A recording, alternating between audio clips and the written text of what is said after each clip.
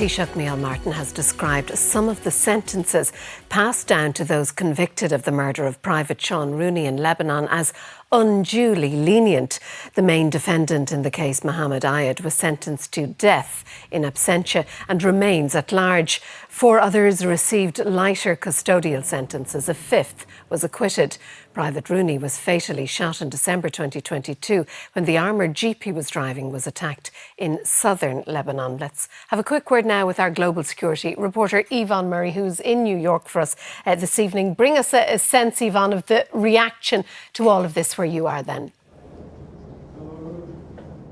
Yes, well, Sharon, first thing this morning, UNIFIL, the peacekeeping force itself, issued their statement in which they welcomed the conclusion of the trial process and the Lebanese government's, as they said, commitment to bring the perpetrators to justice.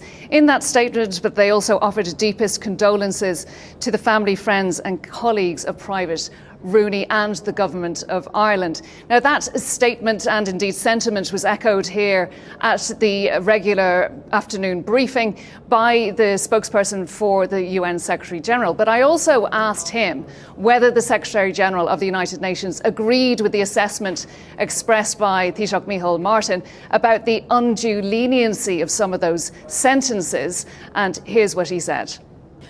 It's appropriate for the judicial bodies to handle the situation. From our standpoint, we will continue to respond to all requests for cooperation with the Irish authorities in connection with proceedings in Ireland in accordance with established procedures, and we'll continue to follow the procedures in Lebanon. Now, the family of Private Seán Rooney have been particularly critical of the United Nations in the past. They've accused the UN of failing to provide information from their own internal investigations. And there are many unanswered questions about what happened on that day in December 2022, questions about the whereabouts of the culprit, of course, who remains at large, as we heard, but also questions about the involvement of Hezbollah. So I think even though the sentences have been welcomed here at the United Nations today, they will not draw a line yet under this case, Sharon. Yvonne, thank you.